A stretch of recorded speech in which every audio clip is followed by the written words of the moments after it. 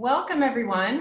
My name is Lynette Roth, and I'm Daimler Curator of the Busch Reisinger Museum and head of our Division of Modern and Contemporary Art at the Harvard Art Museums, and I will be serving as a moderator for our Q&A later on.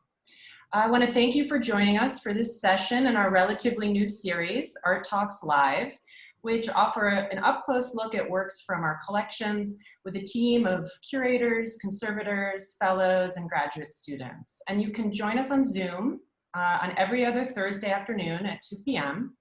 for these short interactive talks, which along with our ongoing Art Talks video series, investigate artist materials and techniques, reveal our latest discoveries, offer a fresh look at old favorites, and explore big ideas using the collections of the Harvard Art Museums.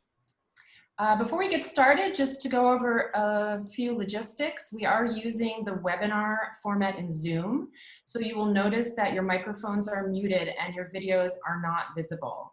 Instead, please feel free to submit brief questions to the Q&A box, which you should be able to access at the bottom of your screen. The presentation today will last approximately 18 minutes, and we will dedicate the last 15 minutes to Q&A. I'm going to do my best to get to everyone's questions, but we do have a large group today, so I might not be able to address all of them. Please do put your questions in the Q&A box during the presentation if you like, but we probably won't answer them until the end. And our talk today will end around 2:30 p.m. And so now I'm very pleased to introduce our speaker today, Gabriela Salé, Rank B and Pamela M. Tia Curatorial Fellow in the Busch Reisinger Museum. During her tenure at the Harvard Art Museums, Gabi has researched many aspects of the collection with a primary focus on our holdings of 18th and 19th century European porcelain. Trained as a historian of art and science, she is interested in a wide range of material processes and practices with a special focus on artisanal traditions and technologies of the early modern period. And I'm really looking forward to getting a sense of that today with her talk on 16th century wooden sculpture with the fabulous title, The Worms and the Wood, or The Wood and the Worms. And so with that, I will turn it over to Thank you so much, Lynette. Also, thank you for serving as my mentor these past 23 months of my fellowship at the Busch Reisinger Museum, which is sadly coming to an end this summer. It's been a wonderful experience. I'm very grateful to have been a part of the museum and the Harvard Art Museums in general. As Lynette mentioned, I'm a historian of art and science. I have a pronounced interest in artisanal practices, but also in what is known as material culture studies. I'll use that word as I'm speaking, which talks about the relationship between people and objects with a special focus on how objects are made and what they can tell us about the cultures that produce them. So I want to thank all of you very much for joining me this afternoon or evening or morning, depending on where you are, for a discussion of what are some of my absolutely favorite objects in the Busch Reisinger Museum's collection, 16th century wooden sculptures from the area that we now know as Germany. As our time together is limited today, my primary focus will be the figure that you see before you on your screen, with special attention being paid to its material properties and the changes that those properties have undergone over time. For those of you who have had the pleasure of visiting the Harvard Art Museums before, you may or may not remember seeing this figure in our second floor Renaissance galleries, where it stands amidst a sea of paintings that admittedly make it seem somewhat unspectacular by comparison. All that color is hard to compete with. But as is the case with nearly any object in any museum, all we need to do is pause for a moment and take a closer look.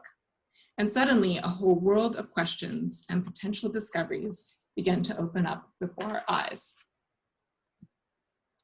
One thing that I'm sure you've noticed as I've been speaking is that this figure represents a standing man who wears a long flowing robe surmounted by a mantle that is fastened at his neck, along with a distinctive hat which hides part of the curls that cascade down to his shoulders and merge into his impressive beard. This careful description is not without purpose, for in the absence of any inscription on the figure itself, or any clear documentation as to its commission, these features are one of the only means we have for putting a name to a face, which in this case turns out to be St. Anthony the Abbot, also known as Anthony the Great, who was born in the middle of the 3rd century CE in Egypt and is often described as one of the early hermit Christian saints. We know this because the features or attributes that I just listed are found again and again in 15th and 16th century representations of Anthony in European art, as in this pen and ink wash drawing attributed to one of the most famous and prolific German artists of the period, Lucas Cranach the Elder. Comparing Cranach's drawing with the sculpture of St. Anthony, we find the same tightly fitted hat used to contain the same explosion of curls, and while there is some slight variation in the clothing of the two figures, it is not enough to raise any concerns. What might cause us to question if the sculpture really indeed is Anthony is the absence of the other attributes in Cranach's drawing. The book representing the word of God, the bell which was used by Anthony to drive away evil spirits, and the tau or T-shaped crutch, which served as his walking stick during years spent alone in the desert in contemplation. It is possible, however, and in fact highly likely, that these attributes were once present, and that somewhere in its long history, the figure lost both of its hands and whatever objects they may have held. Well, some might see this as a shortcoming, as an indication that the sculpture is only a shadow of its former self. I prefer to see it as an opportunity to learn about how it was made. For example, by carefully examining the section where Anthony's arms used to be, it becomes clear that they were carved from separate pieces of wood, as opposed to the rest of the sculpture, which was made from one continuous element. And you can see this if you look carefully at his robe and mantle, which is really just undercut. The arms and whatever objects might have been in Anthony's hands were then attached to the rest of the body at the hollowed out joints with some form of adhesive, most likely a mixture of melted animal fat and bones. I borrowed this detail from the extensive workshop records that were kept by makers of 15th and 16th century wooden sculpture, which have been carefully studied by scholars like Justus Speer, Michael Baxendale, and more recently, Julien Cherpi. In particular, a lot of attention has been lent to the workshop of the maker of this figure, Tilman Riemenschneider. Born around 1460 in a small town in the province of Thuringia, Riemenschneider completed his initial training under a stone sculptor in Erfurt, specializing in alabaster. He is then believed to have traveled through the Upper Rhine and down into Baden-Württemberg during his obligatory journeymanship, also known as a Wanderjahre, during which an artisan honed his skills by traveling from workshop to workshop, a tradition that to this day is still performed by many German artisans, who not only carry on the craft of their forebears, but literally walk in their footsteps. It was during this period that Riemenschneider learned to work with wood. Eventually settling in Würzburg, which remains an important city along the Main River in Bavaria, Riemenschneider established a bustling workshop that between the time of his arrival in 1483 and his death in 1531 employed 12 apprentices and 26 journeymen. This is one of the largest sculpture workshops that we know of in the period. As was typical of most artisans' workshops, menial tasks, such as roughing out the general shape of a figure with the aid of an axe or an adze, an action not unlike the one that we witness in an etching of a carpenter by the 17th century Netherlandish artist Jans Joris van Villet, now in the collection of the Fogg Museum, was one of the types of duties. Others entailed more complicated and skillful assignments, like defining the figure's facial features with a selection of small carving tools and hand-operated drills. A quick comparison of the face of St. Anthony with those of 3 other saints from his workshop, who from left to right represent Christopher, Eustace, and Erasmus, shows that Riemenschneider also streamlined his labor by developing certain characteristic facial types, which could then be easily copied by his assistants, either from existing works or from drawings and models provided by the master. There were, however, certain tasks that Riemenschneider did not entrust to his assistants, like negotiating contracts with potential patrons or deciding which type of material would be best suited to a particular commission. While his arrival in Würzburg did not signal the end of his work in alabaster or other closely related materials like sandstone, it did mark the beginning of his prolonged engagement with wood, particularly with lindenwood. I'm sure that many of you are not only familiar with, but like me, also love linden, or as sometimes they are called, lime trees, particularly the intoxicating smell of their flowers as they blossom, anywhere from the end of May on until early July. As you can see in an etching by the Dutch 17th century artist Antoine Waterloo that is now in the collection of the Fogg Museum, linden trees reach majestic proportions, spanning upwards of 40 meters in height, with leaves that can measure 20 centimeters across, as you see in this branch that I snagged earlier today around the corner. This, in combination with the fact that its wood is relatively soft and easy to carve, as opposed to, say, oak or walnut, and has very little visible grain, which is easier, of course, to see in the galleries, but hopefully you can see from this detail here, made it a favorite material of many 15th and 16th century sculptors and for Riemenschneider. Local tradition was one reason why Riemenschneider selected it again and again for his projects, with lindenwood being particularly popular among sculptors in the South.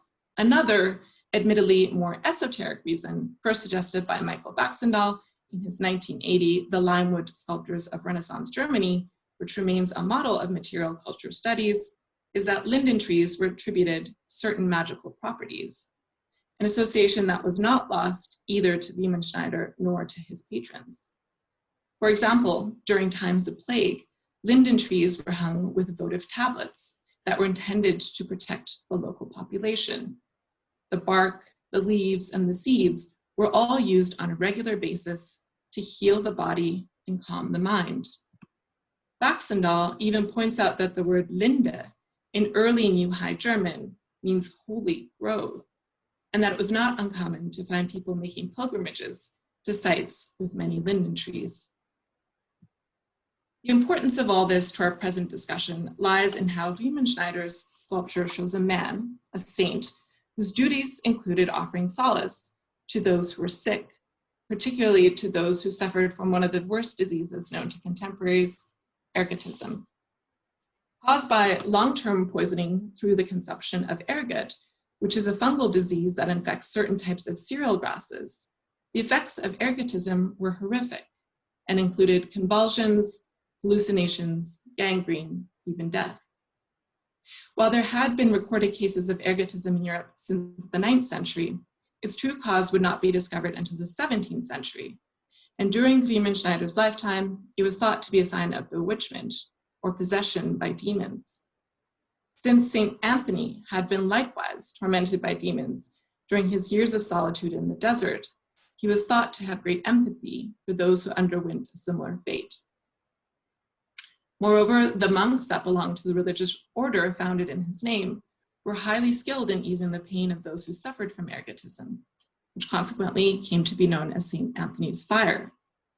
Thus, countless devotional images featuring Anthony, like this print by Riemenschneider's slightly older contemporary, Martin Schongauer, were produced in the 15th and 16th centuries with the intention of bringing comfort, possibly even healing, to those who prayed to them.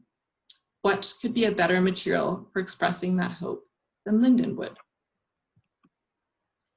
Putting such credence in the power of images was nothing new, as images of Jesus Christ, the Virgin Mary, and a whole slew of saints had been an essential aspect of Christian worship for centuries, and would in fact become one of the major sticking points of the Protestant Reformation within a few years of Riemenschneider's sculpture.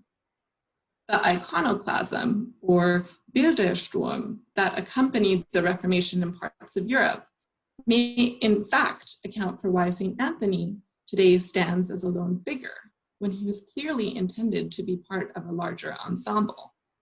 We know this because the entire figure is a mere 6 inches in depth, despite being 47 inches in height, and was not sculpted in the round, as you can see from this photograph showing one of our exhibition design team installing it in the galleries.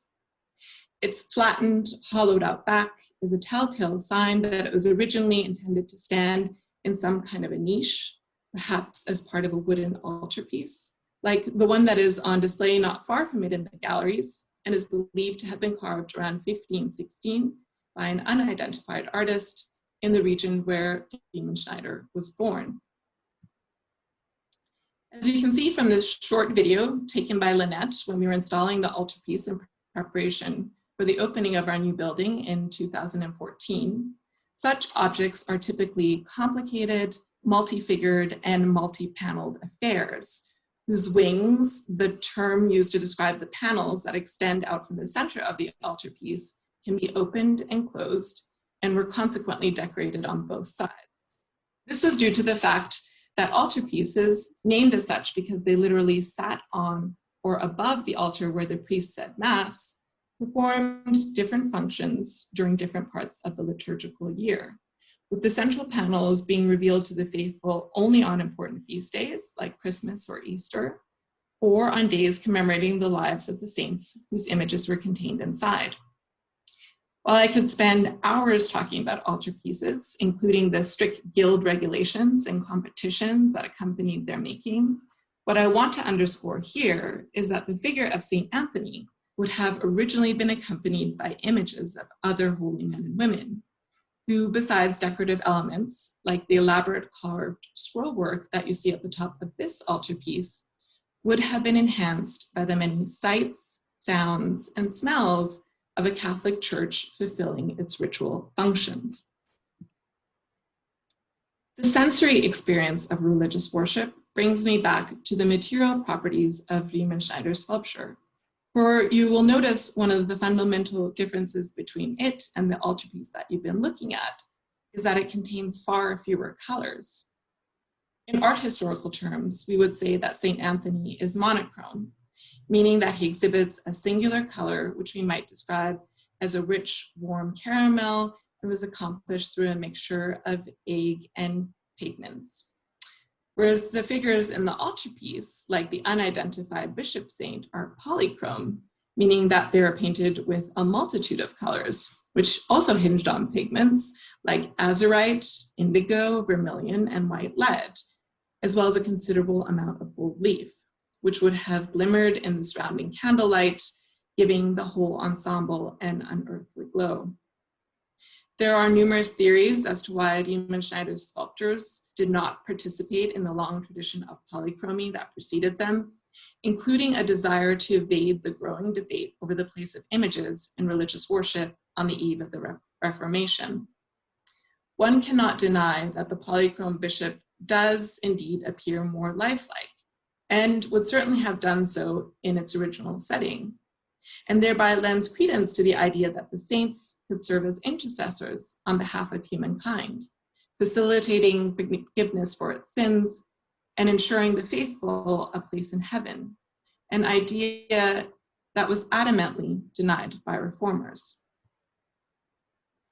I prefer the explanation that Riemenschneider purposefully sought to differentiate himself from sculptors who worked closely with painters. Indeed, as his workshop records make clear, Riemenschneider openly defied tradition by not employing a so-called Fasmaler, whose specialty was to color and gild wood. Those scholars who abide by this theory often employ the term Kurzsichtigkeit, whose literal translation is that which allows the wood to be seen, to describe Riemenschneider's work, thereby inferring that his attention in avoiding polychromy was to celebrate the material specificities of lindenwood.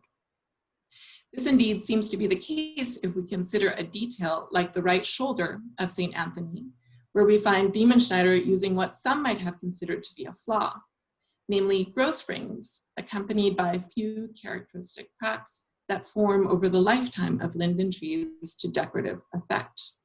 Just look at how they help to give life to Anthony's mantle and echo the folds of its fabric further down his body. There were, however, instances in which the material specificities of linden wood could prove to be more of a curse than a blessing, as in the case of the holes left behind by the many different types of worms that feed on the sapwood of linden trees.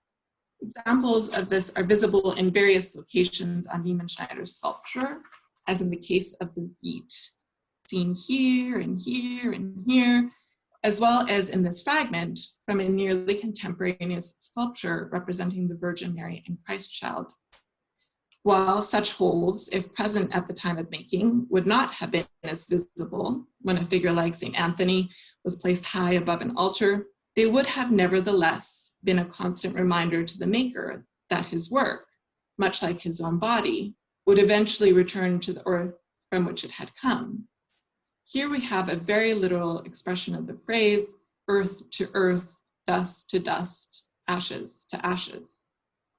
These holes, as you can imagine, also serve as a warning sign to conservators who need to make sure that whatever infestation was once present has since been stopped, so that the work does not continue to slowly deteriorate over time. At the same time, they offer us important clues as to what happened to a figure after it left its maker's workshop. Since the holes that dot Riemenschneider's sculpture contain pieces of gesso, a kind of white paint that was used as a ground for polychromate wood, buried literally inside of them. This suggests that at some point in its long life, perhaps decades, even centuries after its completion, the Busch-Reisinger Museum's sculpture was painted and gilded despite its maker's original intention, a fate that we know awaited other works by Riemenschneider's hands.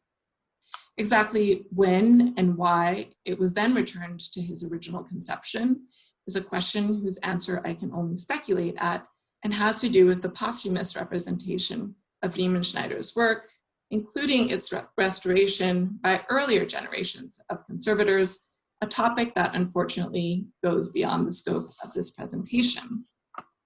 What I can say is that I'm grateful that you have chosen to share part of your afternoon with me, and that I encourage you to stop and take a closer look the next time that you are in our galleries, whether it be before St. Anthony or one of the other objects in our extensive collections.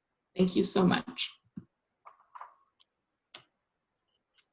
Great, thank you so much, Gabi, for that incredibly rich talk.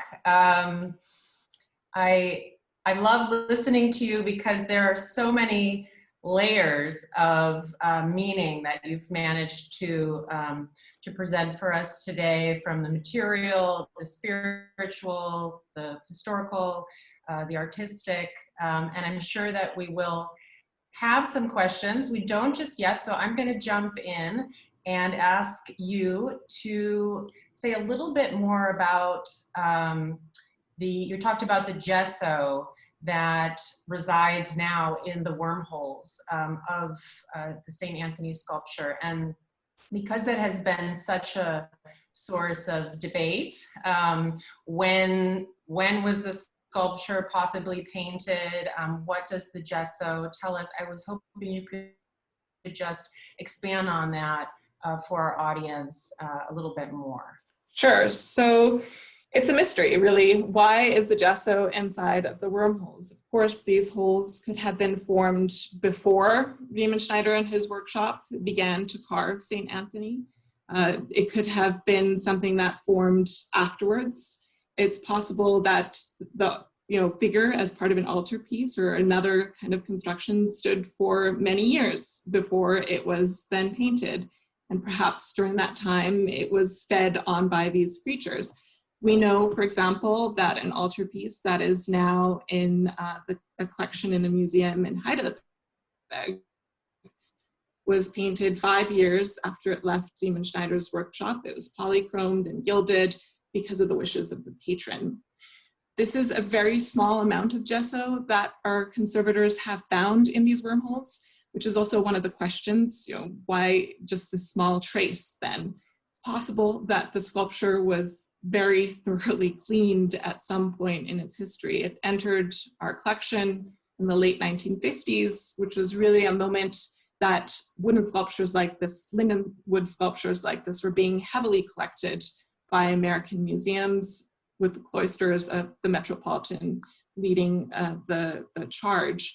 And at the time, conservators thought that any trace of polychromy should basically be completely removed because they wanted to return to the original look of the sculpture, to the Holzsichtigkeit that I mentioned, which was known from documentation. Of course, now conservators might be more careful in doing something like this, more mindful of the other artisans that might have been involved in the production of a work like this in its afterlife, of other treatments that a work might have received, maybe leaving some of it exposed for teaching purposes, study purposes.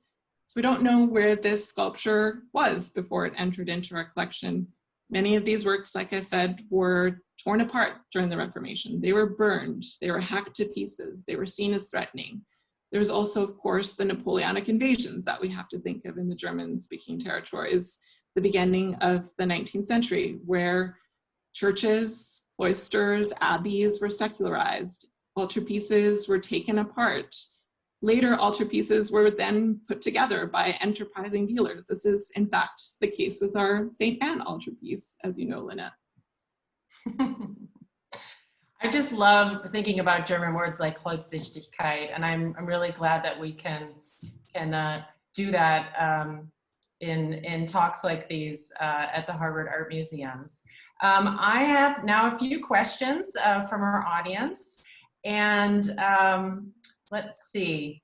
There's a question about whether Riemenschneider disliked naturally painted sculpture. Was he the first to sort of, reject the Fosmaler, the painting, and did others in his school decide not to paint naturalistically? So he was not the only one. This is a very good question. Of course, the time was limited, like I said. There were others. There was a sculptor also named Veit Stoss who practiced this same approach, and then others followed suit as well.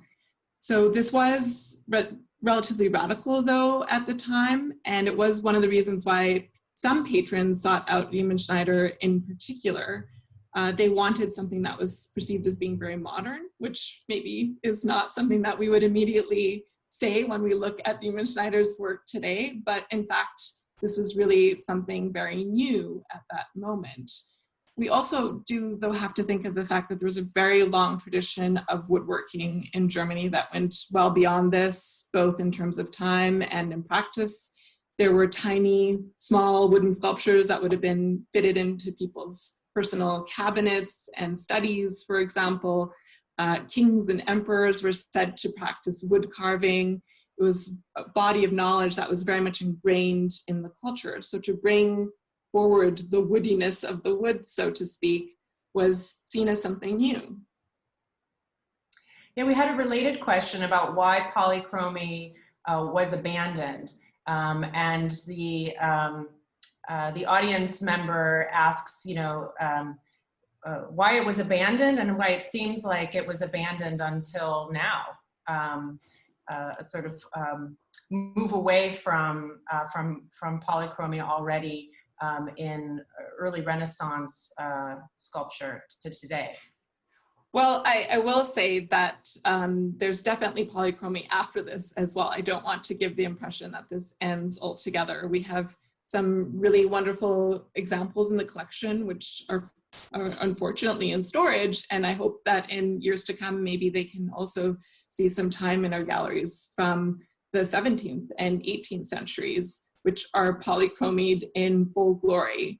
At this particular moment, I do think there was some tension in terms of the calls of reformers to move away from worshiping at images. And I don't know if any of our audience have had the good fortune to see such figures, altarpieces in situ at site when maybe they visited various parts of Europe. But if you do see these objects in the original setting in the darkness with candles, they are really lifelike. There is something uncomfortable about them. The German word unheimlich comes to mind, right? There's something that's very familiar and off about them at the same time. Yeah, your description of the sensory experience and the way that the sculpture participates in that was really wonderful. For this next question, it might be helpful to pull back up an image. We had a question actually about a circular indentation just above St. Anthony's right foot. And the question is whether this might have been a connection to keep a staff in place that he held in his hand. What a great observation, especially given that we're currently limited to Zoom. It is possibly exactly that. This has been one of the theories that have been advanced by the various scholars that have looked at this. I mentioned a man named Justus Bier, who actually really spent his entire life studying Riemenschneider's sculpture. He published a monumental 5-volume set. He was a German scholar who then moved over and worked as a director of American museums. And this is one of the possibilities. Perhaps it was removed in order to make Anthony fit into another ensemble. Perhaps it was lost or damaged. There's so many possibilities. And we did have a question about that, whether he was part of a larger ensemble, and the answer was one that you did cover in your talk. We have a question specifically about southern Germany and whether the wooden sculptures there, that the choice of wood, could it have something to do with the lack of suitable stone? So yes and no. Like I said, Riemenschneider was actually trained under a stone sculpture to begin. So he first worked in alabaster, he later worked in sandstone, he also created some works in marble. So it wasn't that stone wasn't available, but this became very much a German tradition, this practice of carving in wood. And we don't just have examples of linden wood being used, we also have oak and walnut and pear. There's a wonderful 15th century Madonna and Child, known as the Beautiful Madonna or Schöne Madonna, that's on display in the Renaissance galleries that I encourage all of you to look at. If you get a chance to come visit us in the future, that was made out of oak, that was made in the Tyrol. So it partly had to do with where you were, although linden wood is accessible everywhere. But there are also different types of linden trees, and some are more favorable to carving than others. And the ones that are most favorable to carving are in southern Germany.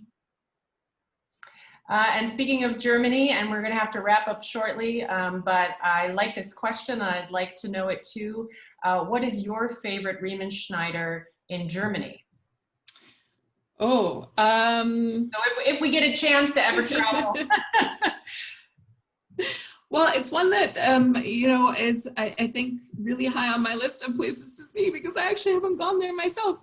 It would be the altarpiece of the Holy Blood. This is his magnum opus. It's the thing that I've wanted to see since I was 18 years old. And even though I've lived in Germany for many, many years, I still haven't made the trip to see it. And so I think it might be time to do that now. And it's really a magnificent expression of his work. It's enormous. It has a multitude of figures of all different scales and sizes. So I do encourage all of you also in the future to have a visit. Well, thank you so much, Gabi, for this incredible talk. And I have to say, we do have a wonderful audience. We didn't get to all of the questions. There was one pun that I'd like to end on. One of our participants said, how easy was it not to make the holy pun when talking about this sculpture? And I thought that was pretty good. And you did resist that. I want to thank you and thank everyone for attending, and please join us in 2 weeks, same time, 2 p.m. For our next Art Lives talk. That's August 13th, and we're going to hear from Shiva Mihan, who's our Schroeder Curatorial Fellow in the Division of Asian and Mediterranean Art. And you can also visit our online calendar for more information about these and upcoming programs. So thank you again, Gabi. This was fantastic. Thank you, Lynette. Thank you, everyone.